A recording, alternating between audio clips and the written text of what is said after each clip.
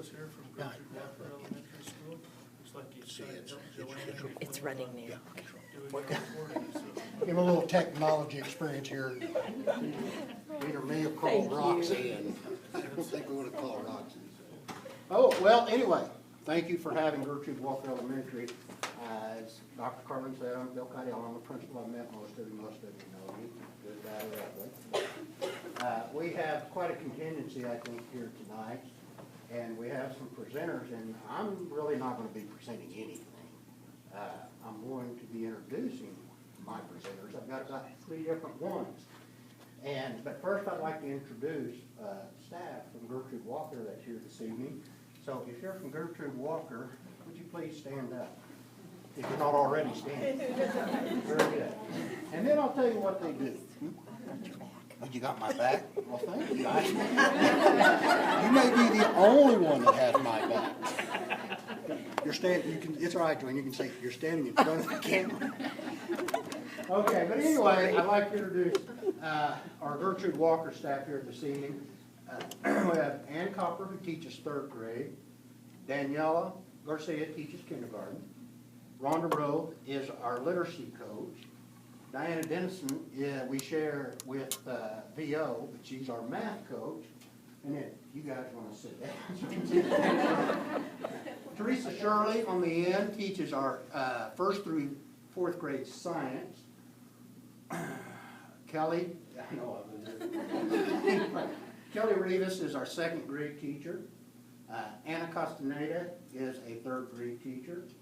Lauren Bender is our special education teacher. Come on in, Lauren. Carrie Moser is our 1st grade teacher. Cindy Elliott, who's one of our presenters, is our head secretary in the building. So you guys can sit down. David Brager is our 4th grade math teacher. Teresa Oots is our school nurse. Jane Richardson is our school librarian. Peggy Patterson is one of our interventionists. Wynema Cessna is our music teacher, who we share with Georgia Matthews. And do you still go over to, okay, just Georgia Matthews this year. Quinn Walker, 2nd grade. Jamie Swear, who is our KRR director, and she's going to be one of our presenters.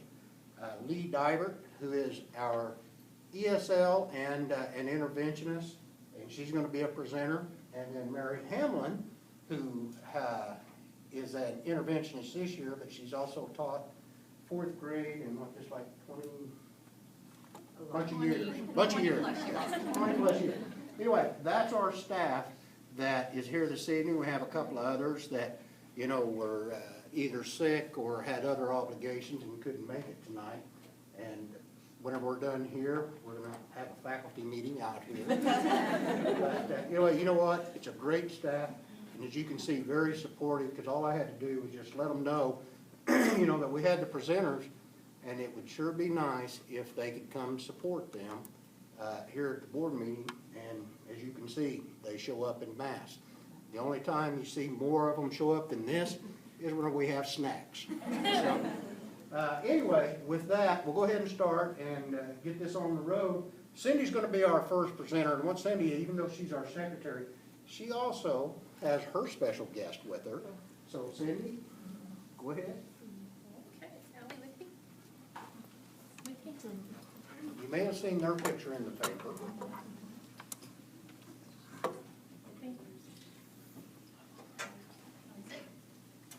This is Allie, and she is Gertrude Walker's therapy dog now. We just got her certification with Therapy Dog International at Christmas time. So now she gets to go, and the kindergartners read to her at school. And then when we started, we were with KRR, and that's kind of how we got her used to the children, because as you can see, she is a golden doodle, so she's really high energy, and I wish I could jog, because that would be excellent. So she has been through 3 classes of obedience with the Garden City Kennel Club, and she has her Canine Good Citizenship, and like I said, her Therapy Dog International certification. And we do go to Gertrude Walker, and we go to Garden Valley Retirement Village, and now we are in the hospital that they just started that program over spring break. So she's kind of busy. I run her around way more than I ever ran Katie, our daughter, around, which I kind of feel bad about that now, but it's really interesting having the kindergartners read to her, because some of them come in and they sit down with the book and they're like, I can't read. And it's like, that's okay, Allie doesn't know that. So they start and I help them with the words. And one little boy, he came in and he was a reader and he read 2 or 3 books, and then he picked up a book that was a picture book. And so he proceeded, he was sitting right in front of her and he was opening that book and showing her all the pictures. And she was kind of like, okay. You know. But let's see, what else? Everybody in kindergarten wants a dog now, even the little Burmese people who really don't like dogs, but they love Allie. But going to the nursing home has been a very rewarding experience, because those people, you know, they don't get out and they all miss their dogs, so you get to visit with them about their dogs. And at the hospital, the first day we went, I go with Jada Lobemeyer, who has the Great Dane, and at the hospital, the first day we were there, 2 ladies cried because they were so happy that they could see the dogs at the hospital. So, but we are having a pretty good time. The Cindy, older she gets, the better she gets. So. Cindy brings her, you know, it's not every day, is it? Tuesday and Wednesday we were going to Reading Roadmap, and then Thursday, Friday we were coming to do with the kindergartners.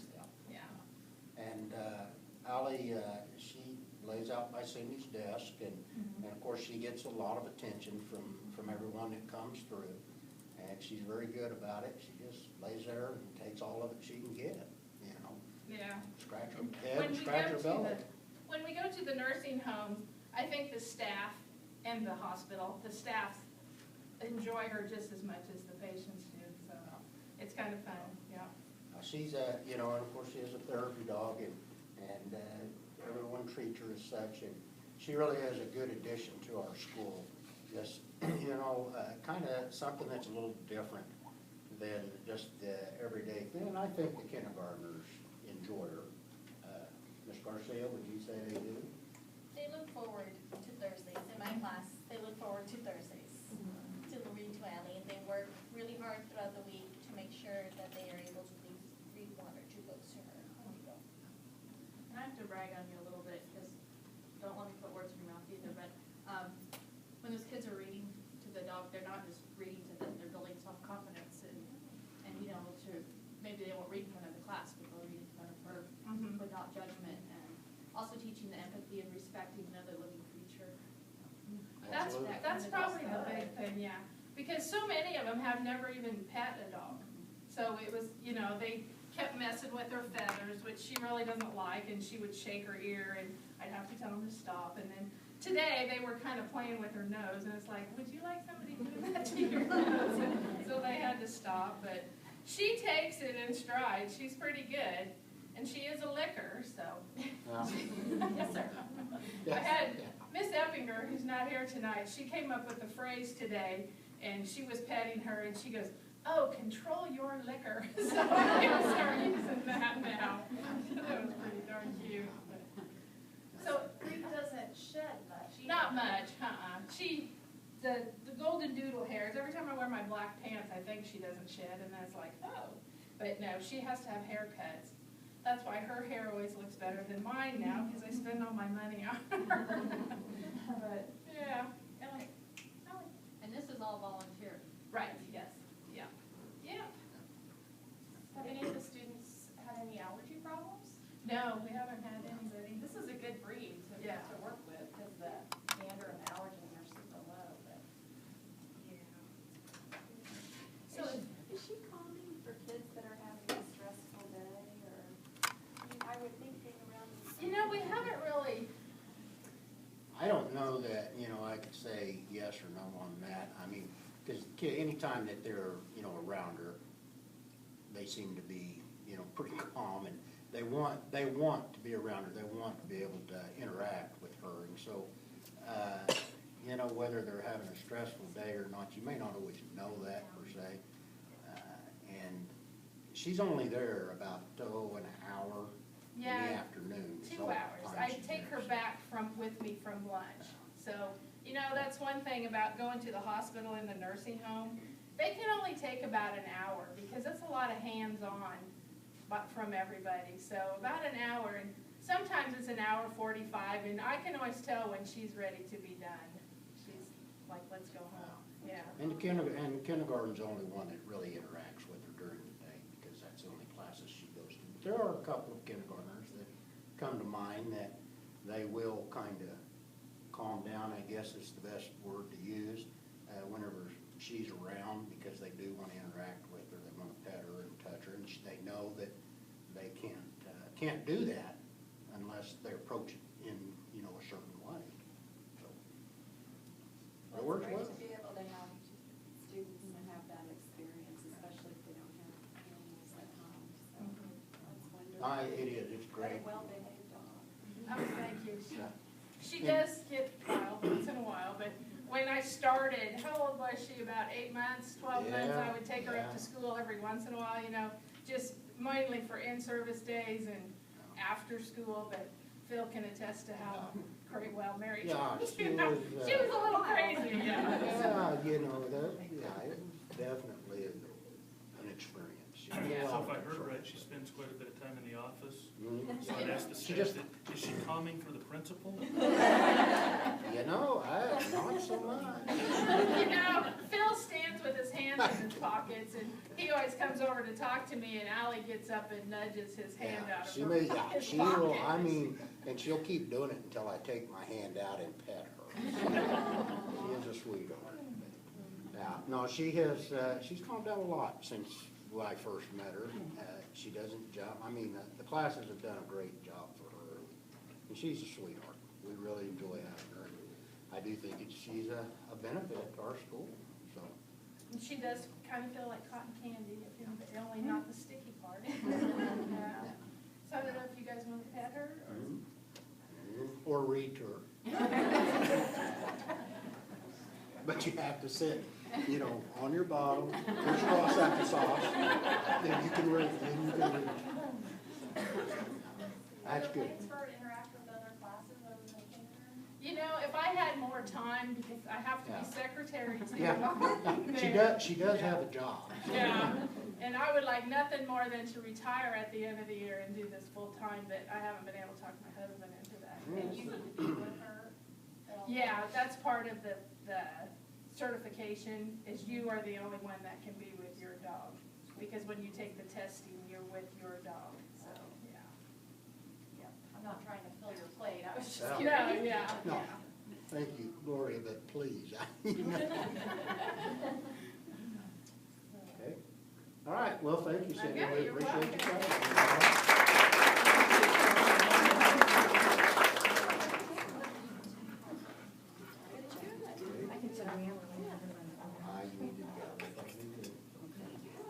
Okay, our second presenters here are Lee Dybert and Peggy Patterson, who are both interventionists within the building, and they, of course, work with all of our ESL kids as well as our Tier 1, or our Tier 2 and Tier 3 mainly, MTSS kids. And so they're just going to talk a little bit about some of our demographics and just kind of what we have and do over Gertrude Walker. Go ahead, Lee. Thank you. Thanks for having us. Gertrude Walker is a school that has 267 students enrolled, and of those 267 students, 83.3% are considered low SES, and I think it's one of the highest in the district. And of those 267 students, 139 of them are identified as ESL students, which means 52% of our population is ESL. In our school alone, according to the home language surveys that all parents fill out, we have 14 different languages spoken in the homes of our students. So I went ahead and made up a list of the different languages that the kids speak at home.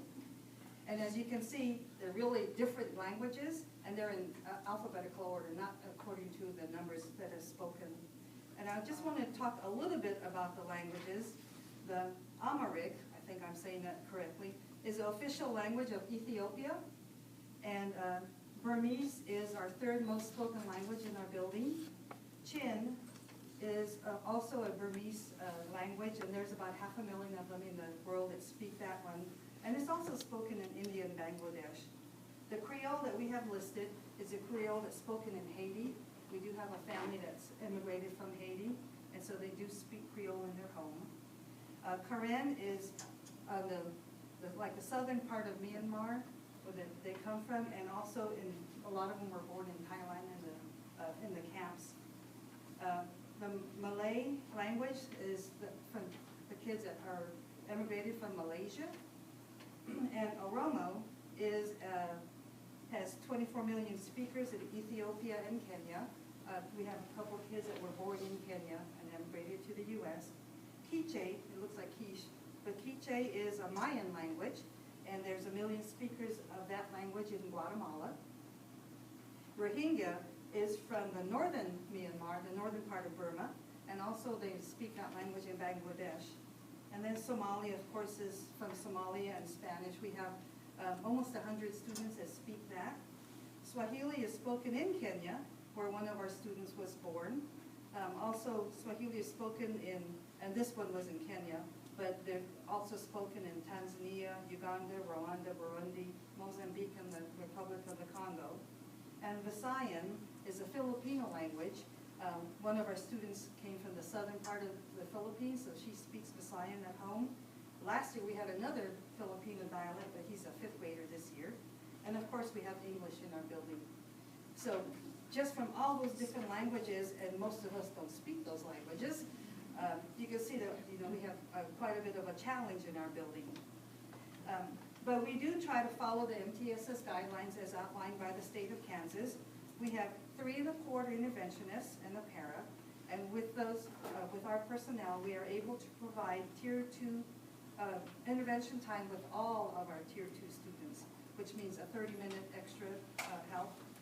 And then with our personnel, we are able to also provide 30 additional minutes of intervention time with all of our Tier 3 students.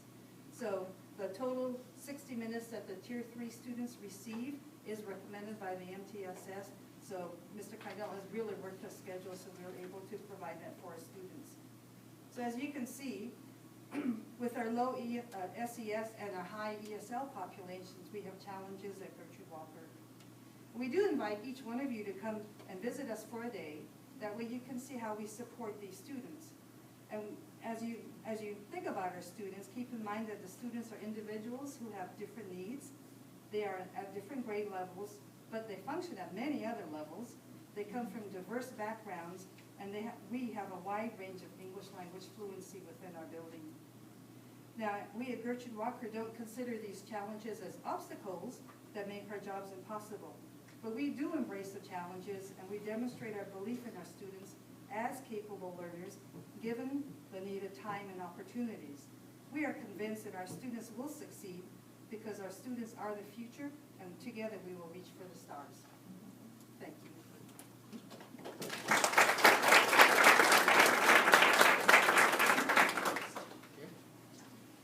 Our third and final presenter is Jamie Swear, and Jamie is the director of our KR program, which I think most of you are aware is an after-school program that's in 5 of our buildings here in the district. And anyway, they provide an after-school program. They also provide summer school. And there are certain the students that Lee was just talking about are many of the same students that are in this program as well. And so I wanted to, because they do some pretty fantastic things that support our building, and I think really add to the success of our students. Because Gertrude Walker, we have slowly but surely, we're grinding away as far as improving our scores and students progressing, and I think this program really has a lot to do with that. So anyway, I wanted Jamie to talk a little bit about KR. Okay, thank you for having me. I put together just kind of a slideshow. I'm just going to let it kind of run. A lot of it's self-explanatory, some pictures kind of showing you some hands-on that we do. We have 3 components. Mr. Kydell talked about 2 of them, the summer school program, the after-school program. The third component is the LIFE program, and it's a family literacy-based program, and that happens each semester for 8 weeks. Families are invited to attend. We meet with those families for 8 weeks, and then they graduate from that part of the program, and then we have built relationships and stuff with those families that we think the bonds of Gertrude Walker just become stronger by doing that.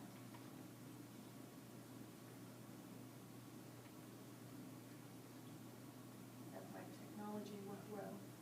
So this is where we started our summer school last year. That's the very first part of our program. So we do just like the teachers. We go in, decorate it, make it fun and pretty. Our theme for summer school last year was boot scooting through Gertrude Walker Summer School. So that's why Western decorations that kind of follow what we did, bulletin boards, and that's how the outline for summer school is. There's 40-minute rotations. We also have math in the summertime. The after-school program does not have the math. Our afternoons consisted of STEM activities, Legos.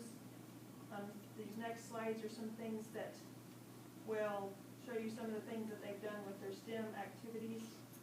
We do now have the app so we can Bluetooth our Legos and make them robotics this year, which I think is going to be really cool. We had a chia pet. We grew chia pets. And we even had to give them haircuts and the whole 9 yards. They had a lot of fun with those. Vocational skills. Yeah. We also included some community service. So here they colored pages and we took them to Meals on Wheels, and then they were delivered with each meal that went to a family. We did a community project at Gertrude Walker. We did had old dead shrubs in it. We cleared it out. The kids laid their own drip system. They laid their own weed barrier. They did their own planting. They did all of it. They were involved from the very beginning. My kindergartners were the best mulch spreaders. That was something they were capable of doing. And then there was it wouldn't have been possible without some donations within the community, within our school. This is some of our afternoon activities, some team building things.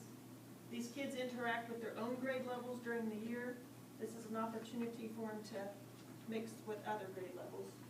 We had field trips to the library for the Beef Empire Days. Every Friday was a fun Friday, so that's where the field trips came in. Went to the Lee Richardson Zoo.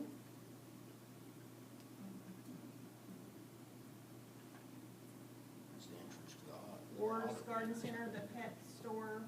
We did all 3 components of that.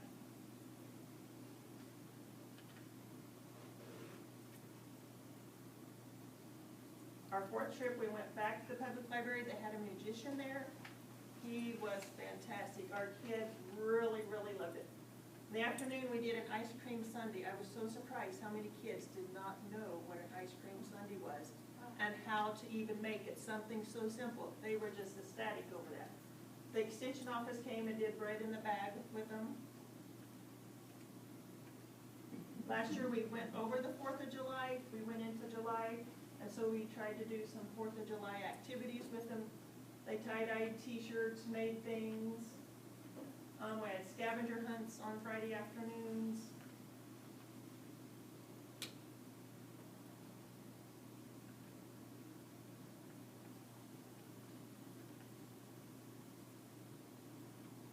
The younger kids did their tie-dye shirts with Sharpies and with alcohol. We learned how to do that, and that was all the kids at summer school. Last day was a barbecue and a fun water fun day. They were soaking wet before we ate lunch.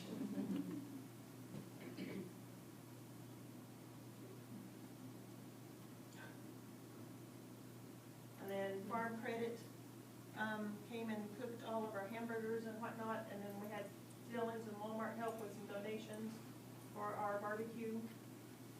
And then on the last day, every student left with a brand new book, so they all took a brand new book home for the library. There's Cindy doing her thing with Allie. During the after-school program, we get one fun day a month. So in October, we made scarecrows. And and that was quite an experience for some of them. These are just my tutors in their different sessions, things that they're doing with kids. And then this is the life program. We start each night with a meal. We had 6 families in each session. Part of the requirements is to make it attractive and kind of fancy for them. This is part of the attuned listening that goes with the life program. We have a doorways to literacy part where my life team models reading out loud and what that should look like. Parents read with their children. They have playtime with their children.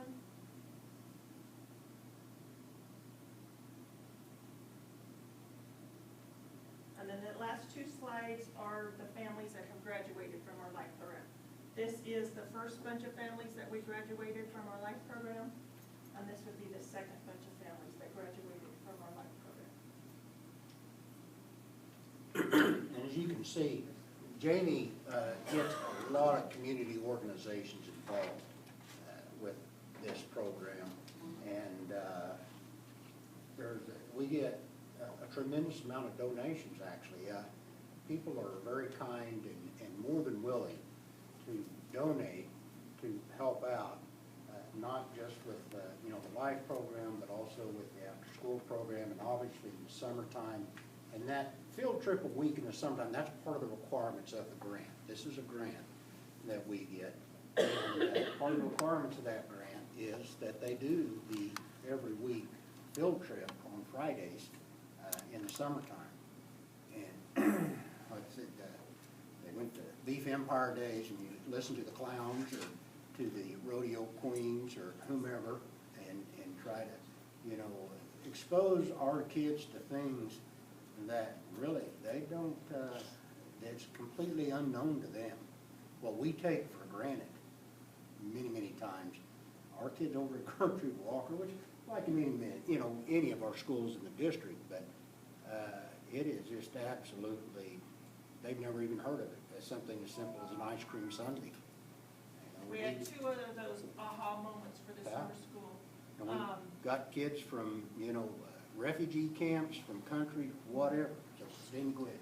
As kids growing up, I was accustomed to in the summertime, your folks turned the sprinkler on in the lawn and you went and played in the sprinkler. Some of these kids had no idea what it was to run through a sprinkler. We were at the zoo and the sprinklers came on and the playground we were at, and they were just like frozen. They thought they were in trouble because they didn't realize that it was something we could play with. They didn't know what they had done to the Yeah. sprinkler. We went on a field trip and it was rather hot, and I always took coolers with bottles of water iced down for him. And one little guy, he had been playing and he was hot. His face was red. So I went over to the hydrant and kicked the hose on and let it run for a little while, and I told him, I said, come over and get a drink. Had never drank water from a hose in his life. And so I'm like, wow. So little things that I really didn't think about with these kids were really something that. They're very appreciative, and their parents are very appreciative too, I think. That, Our life graduates, when their parents come to pick up their kids, there's not one day that goes by when a parent doesn't come and give me a hug or something when they've picked up their kids. They truly appreciate everything that we have given them to help them become better parents. And I gotta say, Charlie Spillian has gone out of his way for transportation to help us to provide this program, because, we have quite a few of these kids that live north of Mary. And the fear of them crossing Mary Street and walking and back and forth, but, Charlie made arrangements, and we bus those kids every day that we have a program, Monday through Thursday. We bus them home, and in the summertime, and so, kudos to Charlie for helping us out on that, because we wouldn't have near the participation that we had without his help. His staff had to work around it because the hours that some of our after-school programs are over are after his normal business hours.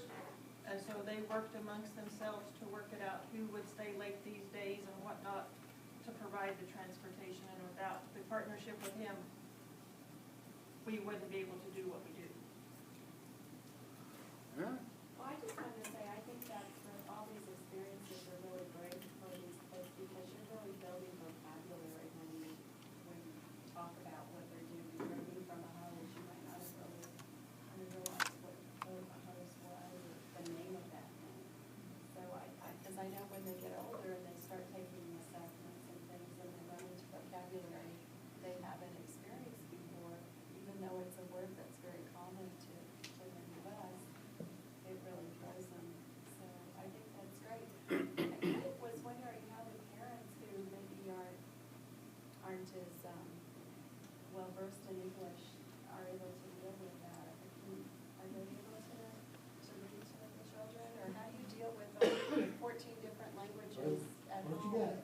address that. Well, I know, some of the parents, they network, and they find out, I know the one parent that, speaks Oromo, she also speaks Amharic, and she found another parent within our building that also speaks that, and so they help each other out with the translation. Now, when it comes to helping their children with homework, that is really difficult, because a lot of them don't know what we're asking the children to do, and so it's really difficult for them to complete the homework. And they do whatever they can, but they are very limited, because we have quite a few parents who are not literate in their own language.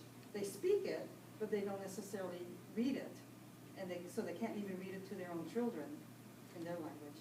Do your parents feel comfortable coming into the school and They learn, and I think once they come in, we've had several parent nights for parents.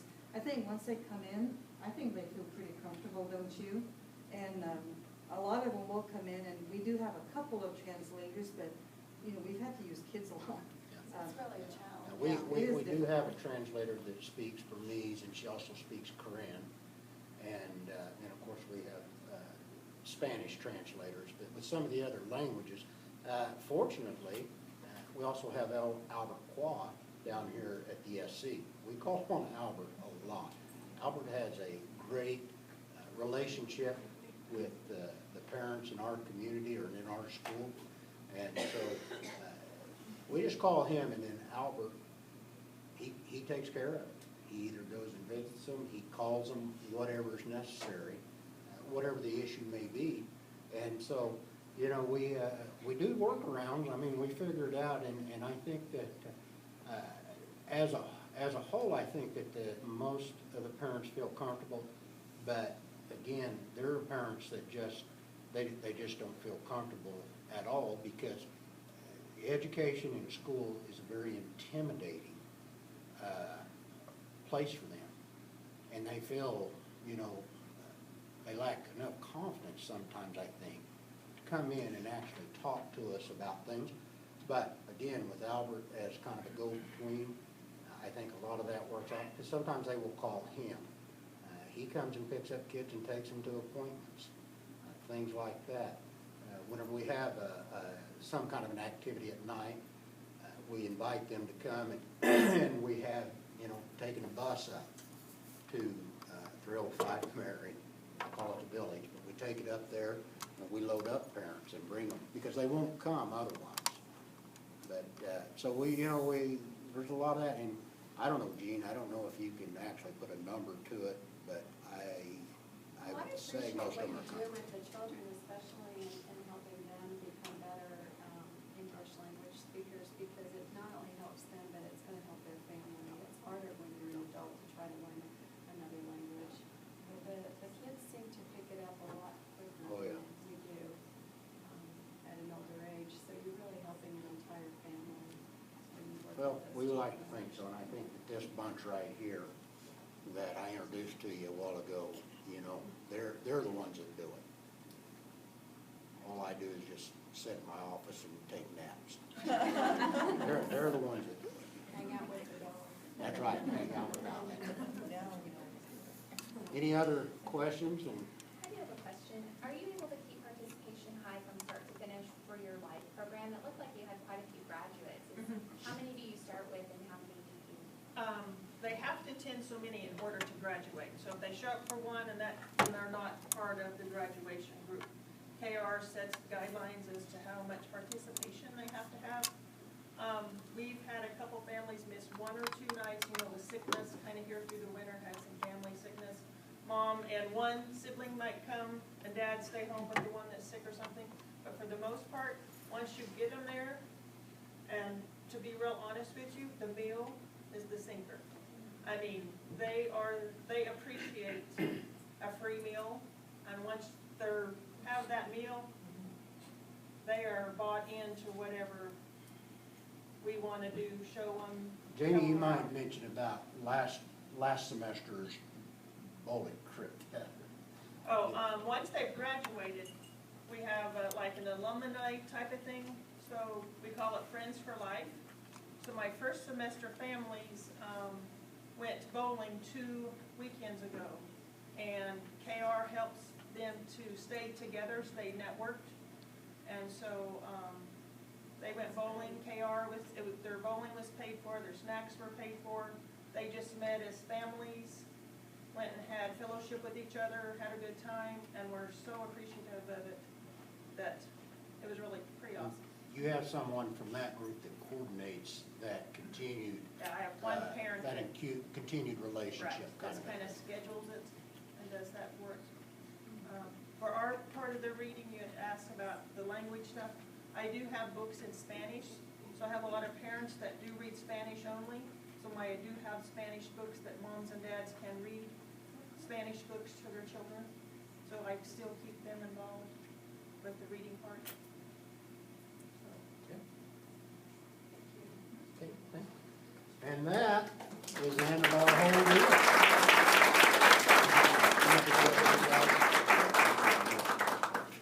That is the end of the presentation from Gertrude Walker. I'm sorry if we went a little long, but we're pretty proud of what we get to do. We don't want to get to come talk to you guys every 2 years. So, when we're here, we're going to let you know everything we can. And other than that, thank you very much for letting us come, and you guys don't have to stay around. Thank you so much. Thank you, Dee. Thank you. No, it's not. I just told her. Getting us donuts tomorrow, right? I would say they get to come in late in the morning. Yeah, don't let us tomorrow, you guys can be Any correspondence? No. At this point, I would entertain a motion to approve the consent agenda. President, I move that we approve the consent agenda items 1 through 4B. Is there a second? Second. Any discussion? All in favor, please raise your hand. Motion carries. And we're moving on to the curriculum reports, instructional coaches. Good evening. We're here with the district-wide instructional coaching committee. My name is Carrie Otero. I'm one of the principals that serve on this committee. I'm Emily Slent, and I'm a literacy coach representing MAPE. I'm Christine Lee, reading and interventionist at Cage, part of the committee. And I'm Diana Jones, and I'm a math coach, and I'm part of the committee. Before you ladies get started too, I might just mention, this is the second of the 3 committees that we have that has, I've tasked with looking at our intervention program, our instructional coach program, and our library media program. You've heard from Mr. Hogan a few times throughout the course of the year about the challenges in finding certificated teachers. And he's not here tonight, or Miss Scott, because they're on the road recruiting. But we have over 80 positions in these 3 programs. They're all valuable programs. They're all important programs for what we do. But we're really asking each of these groups the question of, can we do these programs and use fewer certified staff? And if so, what would that look like? So you've heard one of these presentations. You're hearing one more tonight. You'll hear one at the meeting on the 17th. So I'm sorry I didn't get jumped in there before you got started. So. That's all right, you can share, but I needed to share some. That's all right. Okay. We have, actually have 3 principals on this committee, along with 4 instructional coaches, 4 teachers, and 2 interventionists.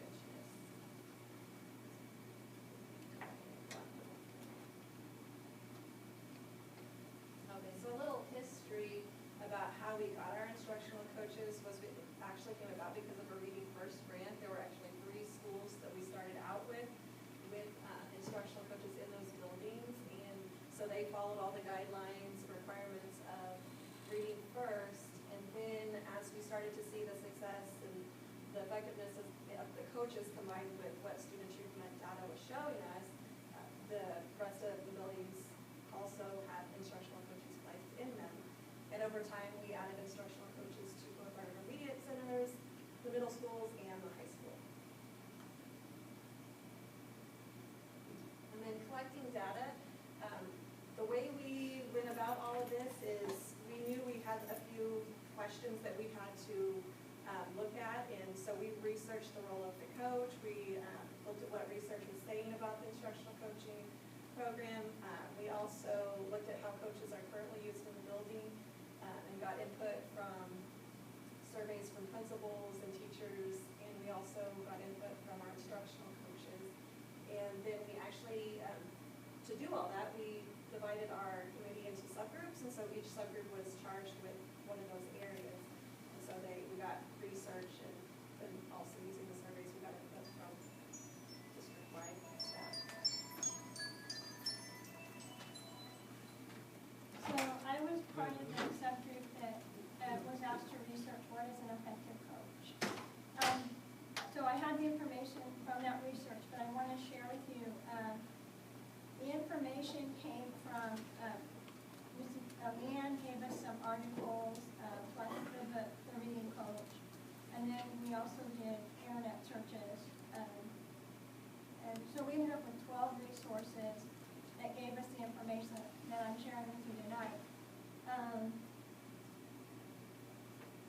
One thing in common with all of them was it was about an instructional coach rather than a specific content specialist. Right now we have some buildings with instructional coaches, some buildings with literacy and math coaches. So we do have specialists in content areas.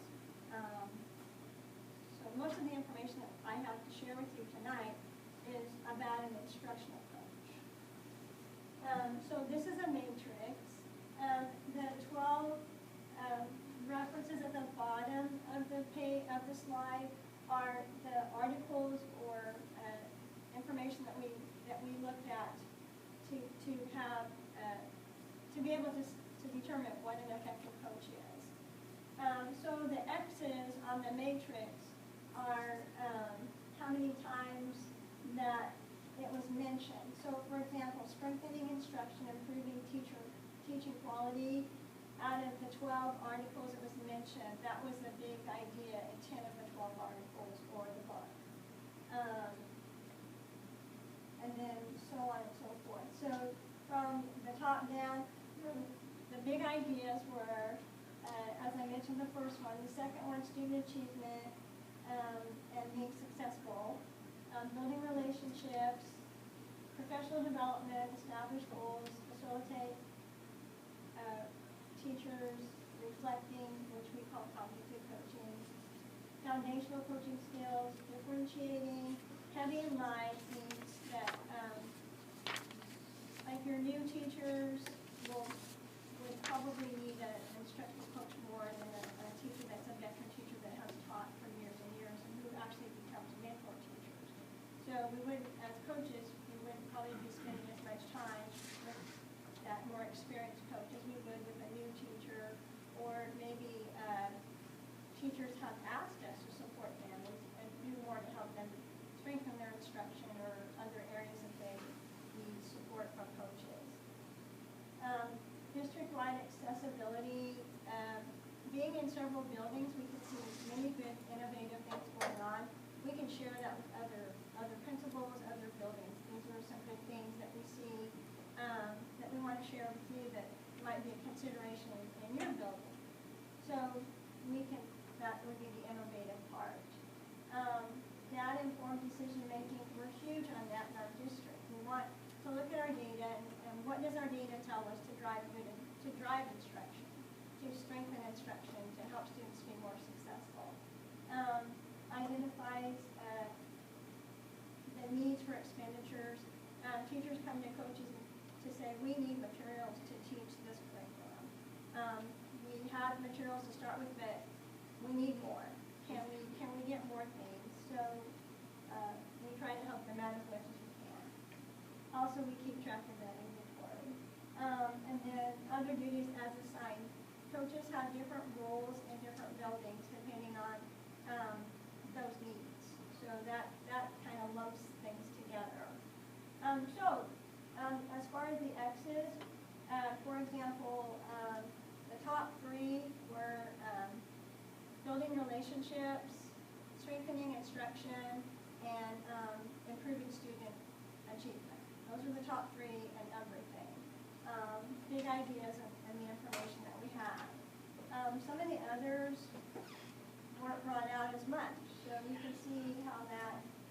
turn out. And I did go ahead and put the numbers beside it, so you wouldn't have to calculate. The highlighted area on the matrix, that's what our district is asking coaches to do right now. Based on reading first, initiative, and what the district